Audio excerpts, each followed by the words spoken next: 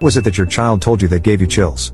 1. When my son was 4, I became pregnant for a second time. I had just discovered a terrible secret about my husband, was terrified about bringing another child into the family. I had no real plan on how to resolve my situation, so I hid the pregnancy for 4 months. Very sadly, perhaps due to stress, I miscarried. During the time that I was pregnant, I had many quiet conversations with the baby. Convinced it was a boy, I called him Luke. Fast forward several months, and my son has a new best friend. He met him in the park and they had many of the same interests and even looked alike. The only problem was this friend was an invisible friend, named Luke, who, according to my son, just wants to be his brother. Gives me chills just remembering it. 2. The day my daughter told me she'd been abused by a family friend. She was 10. I grabbed her and hugged her as tight as I could, and we both just sat and cried for a few minutes. I told her how much I loved her and how brave she was for telling me, and I would make sure that would never happen again, ever, as long as I was alive. She wiped her eyes, told me she loved me too, and went out to play in the backyard. I immediately